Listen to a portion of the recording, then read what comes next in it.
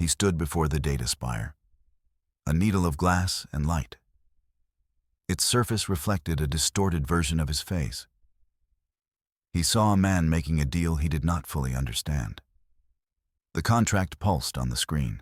Words of binding code scrolled past too quickly to read. They always did. The room was cold and sterile. White walls and a humming floor. It smelled of ozone and recycled air. This was the pinnacle of corporate negotiation. No handshakes, only digital signatures. No spoken words, only the silent transfer of assets. His asset was unique.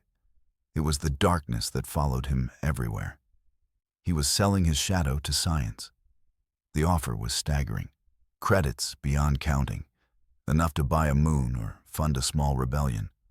Enough to escape the gravity of his past. All for something he had always taken for granted. The market tickers in the corner of his vision flickered. They showed the value of his unique biological signature climbing.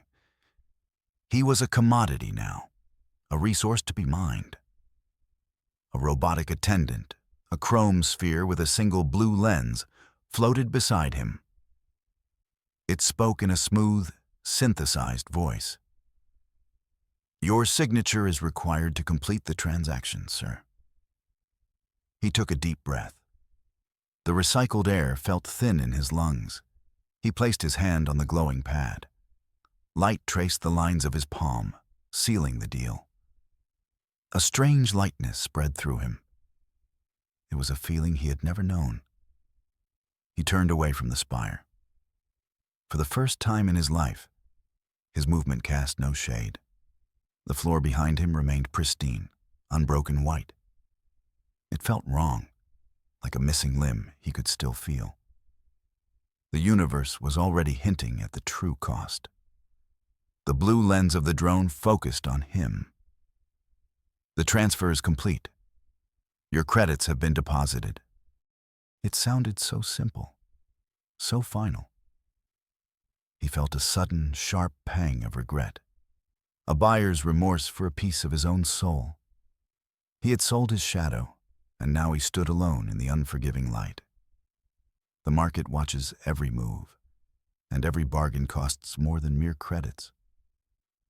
He remembered his grandfather's stories. They were tales told in hushed tones around a flickering glow lamp. Stories of their family and the strange darkness that clung to them. His grandfather called it the star-born heirloom, a gift from ancestors who had walked between worlds. He had dismissed them as myths, the ramblings of an old man. Now he knew better. That mythic shade hid a powerful secret, a secret engine of impossible star science. The corporation, Nova Gulf, had known it all along. Their scouts had found him on a forgotten asteroid belt. They made their offer with practiced smiles and heavy wallets. They saw not a man, but a key to unlocking the universe. His family had carried this potential for generations. They lived quiet lives, hiding their unique nature. They feared the attention it would bring. His grandfather warned him, some secrets are not meant for the light. He had not listened. His curiosity was a restless fire, a pull toward the great orbital labs that glittered in the night sky. He wanted to see what his shadow could do. He wanted to understand the power sleeping within him. Nova Gulf promised him answers. They promised him a seat at the forefront of discovery. They promised him the stars. All he had to do was give them the key. So he did. He traded his inheritance for a chance at a legacy. He thought of the old stories now, of the warnings. The heirloom was not just a tool. It was a part of their lineage, a connection to their past.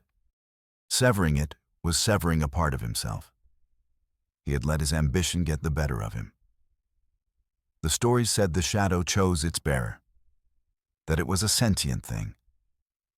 Had he betrayed a silent partner? The regret was a cold knot in his stomach. The credits in his account felt worthless. He had chased a future among the stars, but he may have sacrificed the very thing that made him special. The restless curiosity that brought him here. It was now a source of deep anxiety. He was about to find out if the price was worth paying. The transport shuttle docked with a gentle hiss. He stepped onto the glittering causeway of Nova Gulf Station. The place was immense, a city hanging in the void. Towers of chrome and crystal reached for unseen heights. Starships drifted between them like metallic leviathans. The air hummed with 1,000 different energies. Drones zipped past him on lanes of pure light. Their movements were a complex, silent ballet. They carried cargo, data chips, and steaming cups of synth coffee. The scale of the operation was breathtaking. This was the heart of an empire built on innovation. He was just one small part of their grand design. But he was a very important part. The station's artificial gravity felt heavier than his homeworld's. It pressed down on him, a constant reminder of his new reality. He walked toward the central spire, the administrative heart of Nova Gulf. The city's towers seemed to watch him. Their crystalline windows echoed with rumors, whispers of impossible experiments, of breakthroughs that defied the laws of star science. He was the subject of those rumors now, the man who sold his shadow. He could feel the eyes on him, the curious glances from technicians and executives. They all knew who he was. They all knew what he had given up. Some looked at him with awe, others with a hint of pity, or maybe, he thought, it was envy. An executive greeter met him at the spire's entrance. Her smile was flawless and completely artificial. She wore a sharp gray suit that seemed to absorb the light. "Welcome to Nova Gulf," she said. Her voice was as polished as the chrome floors. "The council is waiting for you." She led him through hallways that twisted like canyons. The walls were alive with flowing data streams. He saw star charts, genetic codes, and complex engine schematics. This was a place where miracles were manufactured daily. He wondered if he was a miracle, or just raw material. They arrived at a set of massive, obsidian doors. They slid open without a sound. The room beyond was dark and circular. A single beam of light illuminated a round table. Seated around it were figures cloaked in shadow. These were the leaders of Nova Gulf, the ones who had bought a piece of his soul. The Council of Elder. One sat in perfect stillness. There were 5 of them. Their faces were obscured by the deep hoods of their cloaks. Only their eyes were visible, ancient and unnervingly bright. They did not speak. They simply watched him as he approached the table. The air grew thick with unspoken questions. His offered void, the absence of his shadow, was the reason he was here. He could feel their focus on the empty space behind him. It was as if they could see the ghost of what was lost. He stood before them, a specimen under their collective microscope. Their silent scrutiny was more intense than any interrogation. One of them finally raised a hand. The gesture was slow, deliberate. A hologram flickered to life above the table. It showed a complex crystal lattice. At its center was a dark, pulsing sphere. It was a representation of his shadow, his heirloom. They had already mapped its potential. They had already designed its cage. Their silence was a calculated strategy. It was meant to intimidate, to assert their dominance. He would not let them see his unease. He met their gazes one by one. He saw intellect, ambition, and something else. A deep, cold hunger for knowledge. A willingness to cross any line for the sake of progress. One of the elder ones, a being named Xylar, finally spoke. Its voice was a low hum, like stones grinding together. Your contribution is appreciated, it said. There was no warmth in the words. The void engine will change everything. Their silent nods confirmed the statement. The plan was already in motion, a plan that could rewrite destiny, and his family's legacy was the fuel. He was a willing participant, but he felt like a prisoner. They had his shadow, and now they had him. He was escorted from the council chamber to the main laboratory. This was where the real work would be done. The lab was a cavernous space filled with humming machinery. A massive crystalline structure dominated the center of the room. This was the void engine. It waited for its power source. It waited for his shadow. Technicians in stark white suits moved with quiet efficiency. They guided him to a platform at the base of the engine. Wires and conduits snaked from the crystal lattice. They looked like silver veins reaching for him. He felt a primal urge to run, to escape this cold, calculated place. But there was nowhere to go. "Please remain still," one of the technicians said. Her voice was muffled by her helmet. The alignment process is delicate. They connected the conduits to a harness they placed on his body. He felt a cold sensation as the connection was made. It was as if they were tapping directly into his life force. The engine was designed to draw out the residual energy of his severed shadow. The echo of the heirloom still resonated within him. The head technician watched from a control booth. "Begin the activation sequence," she commanded. A low hum started to build. It vibrated through the floor, up into his bones. The crystal lattice began to glow with a soft, blue light. He watched as dark energy, a liquid nothingness, was pulled from the conduits. It flowed into the heart of the engine. It was his shadow, reborn in a machine. Light flared as the engine awakened. The blue glow intensified, becoming a brilliant white. The hum rose in pitch, a chorus of pure power.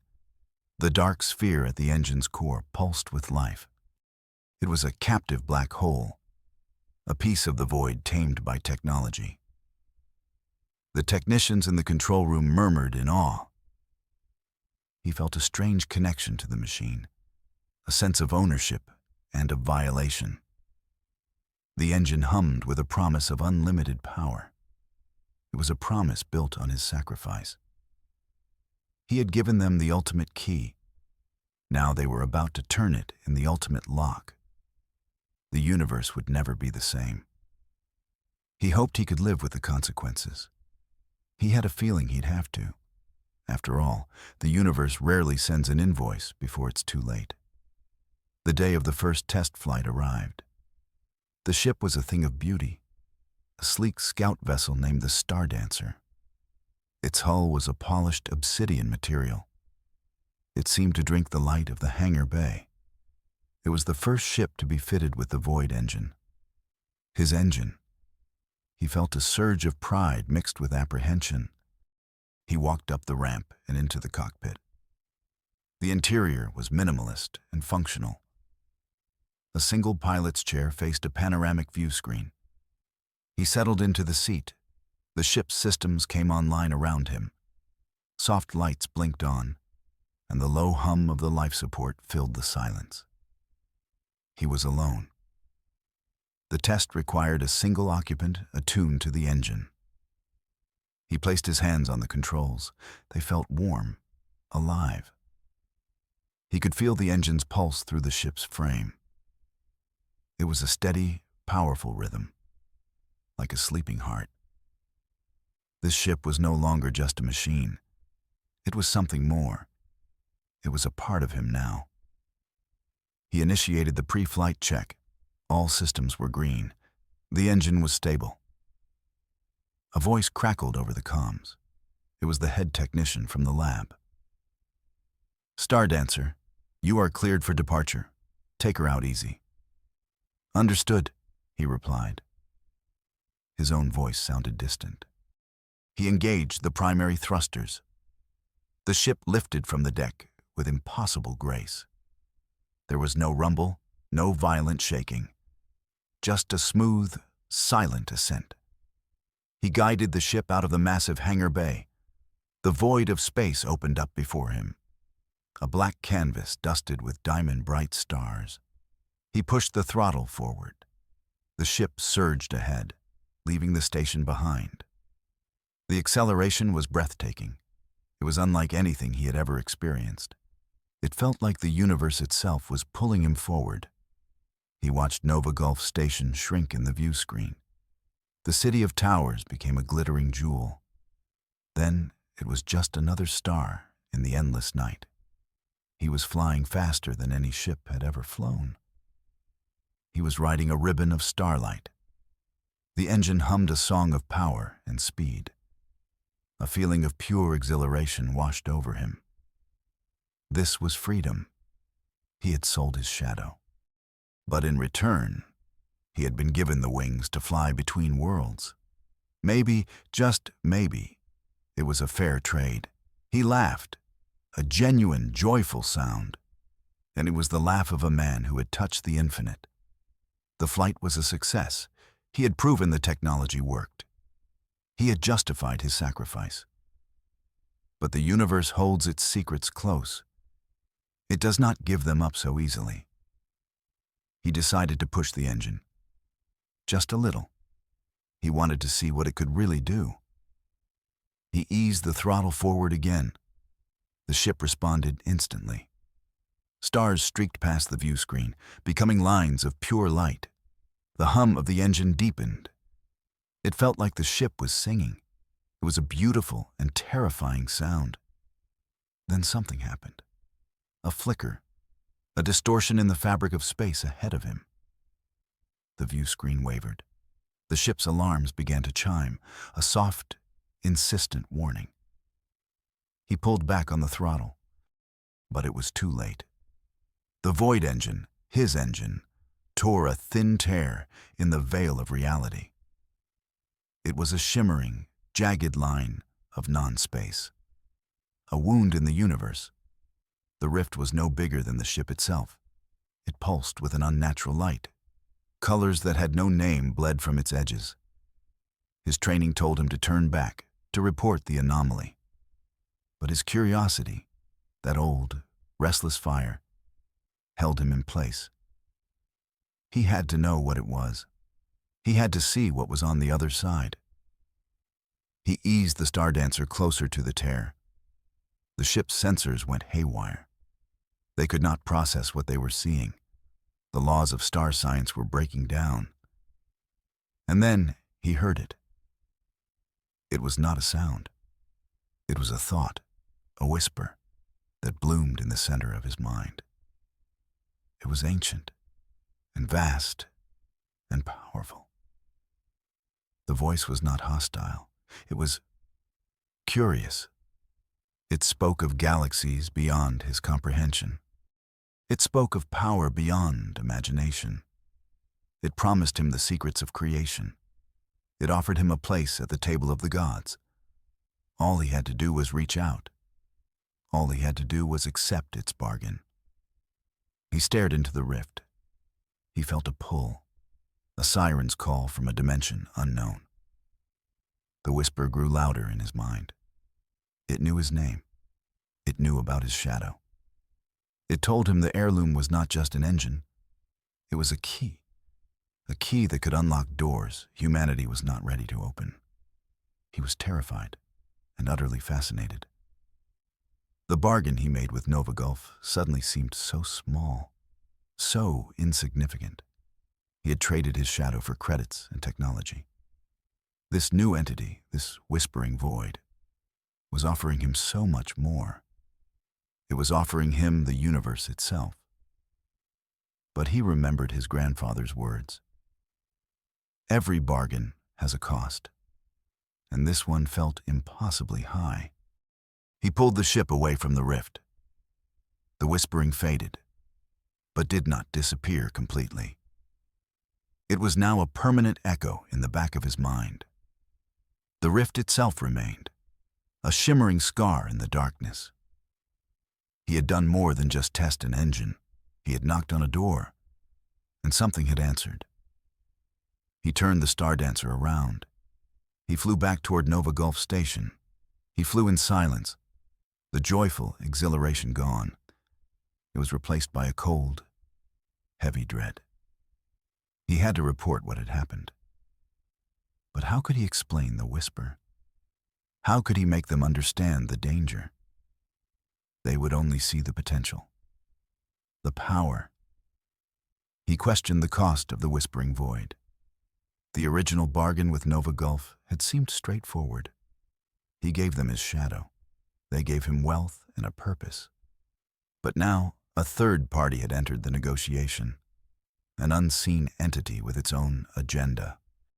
He felt like a pawn in a much larger game, a game whose rules he did not know. He docked the Star Dancer back at the station. The technicians swarmed the ship, eager for data. He said nothing about the rift or the voice. He needed time to think. He went back to his private quarters, a sterile apartment with a perfect view of the stars. The view no longer brought him comfort. It now felt like he was staring into an abyss. He accessed his personal terminal. He pulled up the original contract he had signed. The digital text scrolled before his eyes. He read the fine print this time. Clauses and sub-clauses written in dense legal language. He had been so eager to sign, so blinded by the promise of the future. He had not truly understood what he was giving away. Hidden deep within the contract, he found it. A section he had overlooked. It spoke of trans-dimensional resonance and potential third-party claimants. It was a legal loophole. Nova Gulf knew this could happen. They knew the shadow was more than just a power source. It was a beacon, and they had knowingly lit it. He felt a surge of anger. He had been used. He was not a partner in discovery. He was the bait. He searched the station's network, slicing through security protocols. He was looking for a hidden ledger, a record of other bargains, of other third-party claimants. He found it buried under layers of encryption. The ledger was old. It detailed transactions not in credits, but in favors, debts owed to unseen entities. Nova Gulf had been dealing with these whispers for a long time. They were trading pieces of the universe for technological advancement. And he had just given them their most valuable trading chip yet. His shadow was not just a key, it was a currency. The echoes of the past grew louder in his mind. Not just the whisper from the rift, but something else, something familiar.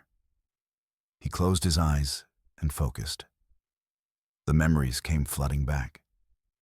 Not his memories, but the memories of his ancestors. They were encoded in his DNA, a legacy carried alongside the shadow. He saw them, generations of his family, living on distant worlds, hiding from those who would exploit their gift. They were guardians, not test subjects. The shadow was a part of a delicate balance, a pact made long ago with forces that humanity was not meant to disturb. His ancestors had honored that pact. They had kept the key safe. He saw his grandfather's face. The old man was not rambling about myths. He was trying to warn him. He was passing down a sacred duty, a duty he had cast aside for fame and fortune.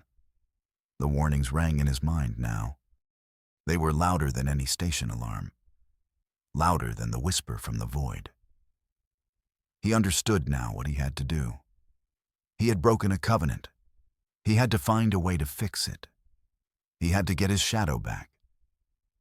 Not for himself, but for the sake of that ancient balance. The power of the Void engine was a temptation, a shortcut to greatness.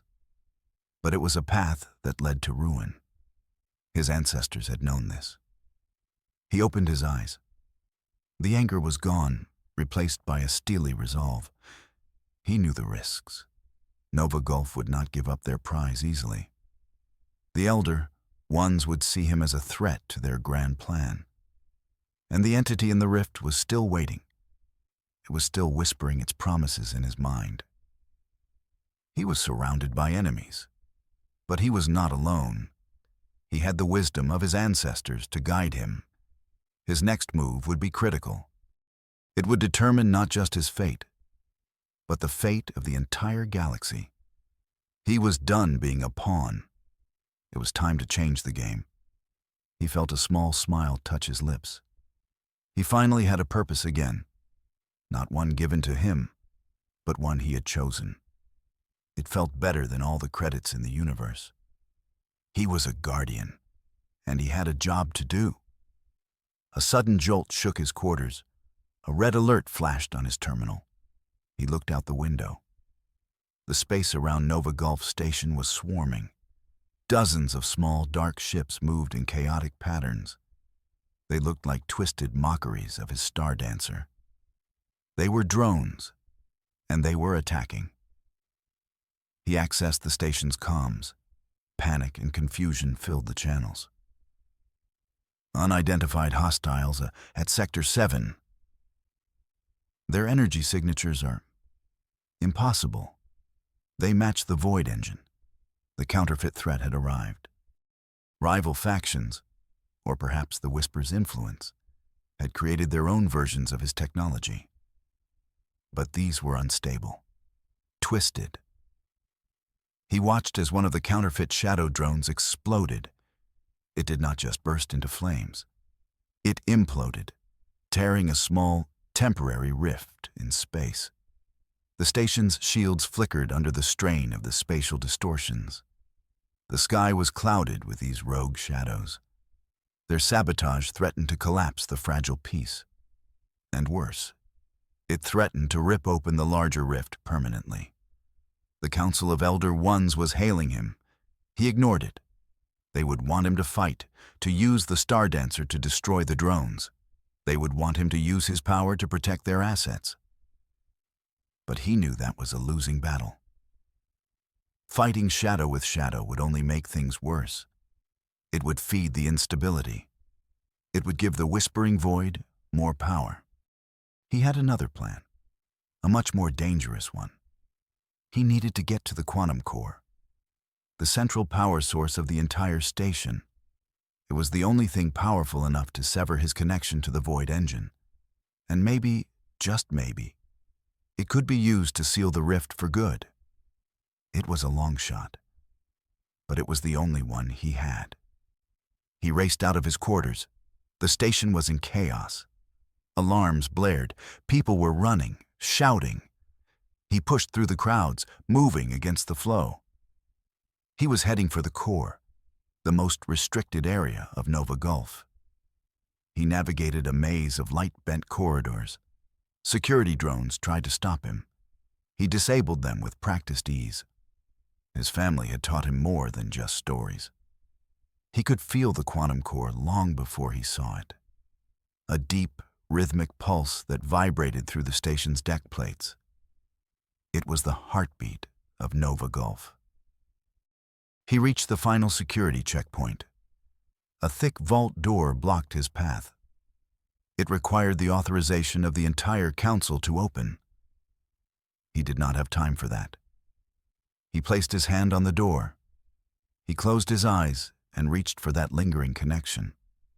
The echo of his shadow. The power that still resided within him. He pulled on it. Not the raw energy of the void, but something deeper. The essence of the heirloom itself. A dark, quiet energy flowed from his palm.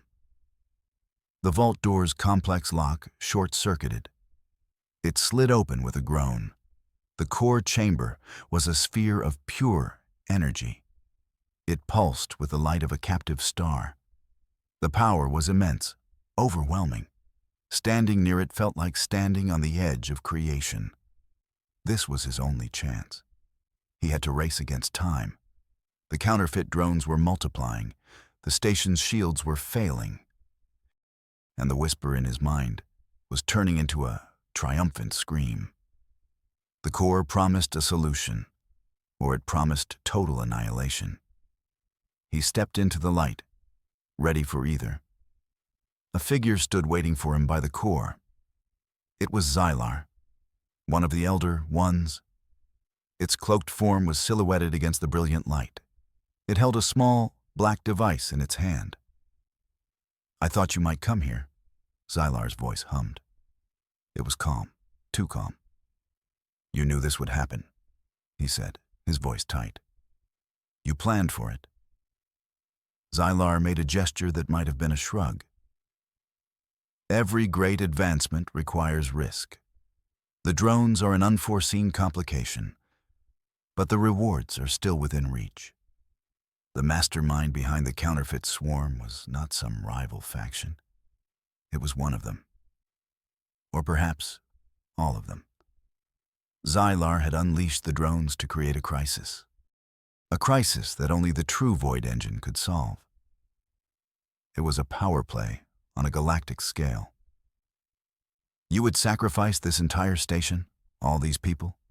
he asked, incredulous. "Acceptable losses," Xylar hummed. "The universe will thank us for the power we are about to unlock." The duel was not fought with weapons. It was fought with words, with wills. Xylar held up the device. It was a remote detonator. "Join me," the Elder One offered. "Together, we can control the rift. We can control the entity within. We can become gods." The hum of the Void Engine, resonating from the Star Dancer in the hangar, echoed in his mind. The whisper from the rift urged him to accept. The temptation was immense. The power was real. He could have everything he ever wanted. He could rewrite his own destiny. He looked at the pulsing quantum core. He heard the echoes of his ancestors. He knew what he had to do. "I am a guardian," he said, his voice clear and strong. "Not a god." He lunged forward, not at Xylar, but at the core's control console. He slammed his hand down on the emergency purge valve. Xylar cried out, a sound of frustration and rage. The Elder One triggered the detonator, but it was too late. He had already made his choice. He had to return his darkness. He made the final, desperate decision. The purge sequence was not designed to shut down the core. It was designed to overload it. But he could redirect the energy. He focused his will, the last remnant of his heirloom. He pulled all the chaotic energy from the counterfeit drones. He pulled the power from the Star Dancer's engine. He pulled the very essence of the whisper from the rift. He drew it all into himself. The pain was unimaginable. It felt like his soul was being torn apart. Light and darkness warred within him. He was a conduit for impossible forces.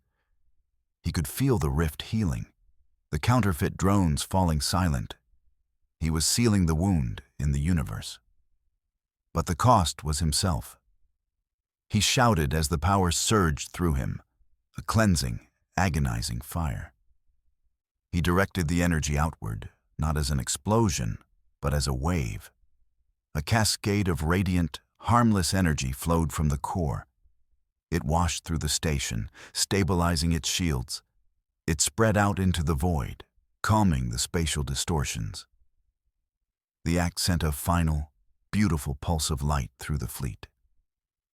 He had sacrificed his shade, his connection to the heirloom, forever. He collapsed to the floor. The last thing he saw was Xylar's cloaked form turning to dust in the radiant energy. The whisper in his mind was gone. The hum of the engine was gone. The echoes of his ancestors were silent. He was empty. Just a man. He had given everything. He had saved them all. And then, darkness. He awoke in the station's medical bay. The lights seemed brighter than he remembered. The air felt cleaner. He sat up. He looked at his hand in the light. Then he looked at the floor beside the bed. A faint, dark shape followed the movement. His shadow had returned. It was pale, a mere ghost of what it once was. But it was there. The universe had steadied itself. The sacrifice of the shade had not destroyed the heirloom. It had reset it. It had severed the connection to the void engine and the rift. It had restored the ancient pact. He stood up and walked to the window. Outside, new star-born pathways shimmered. The radiant energy pulse had not just healed the rift. It had revealed safe, stable routes between the stars. He stood on the observation deck of Nova Gulf Station. The Council of Elder Ones was gone, their conspiracy exposed. A new provisional government was in charge. They had offered him a position of honor, a permanent home. He had politely declined. His place was not here. He watched as new ships charted the new pathways. Horizons were expanding. A new era of exploration was dawning. An era he had made possible. He was no longer a commodity. He was no longer a key. He was a man who had made a terrible mistake and had done his best to fix it. His wealth was gone, donated to the station's reconstruction efforts. The Star Dancer was being decommissioned, its engine now inert. He had nothing but the clothes on his back and the faint shadow that followed him. He had never felt richer. Tales of his bargain became legend among the stars. They called him the Shadow Seller, the Rift Mender, the man who gave away his darkness to bring a new dawn. The stories would be told for generations, on distant colony worlds and in the bustling hubs of the core systems. They would whisper his name and wonder. Future generations would debate his choice. Was he a fool for selling his birthright, or a hero for sacrificing it? They would never know the full story. They would never hear the whisper from the void. They would never feel the weight of his ancestors' warnings. They would only know the outcome, a universe made safer and wider. They would wonder what he truly gave. And he, drifting on a slow transport to the outer rim, would smile. He knew the answer. He had given away a shadow, and in return, he had found himself.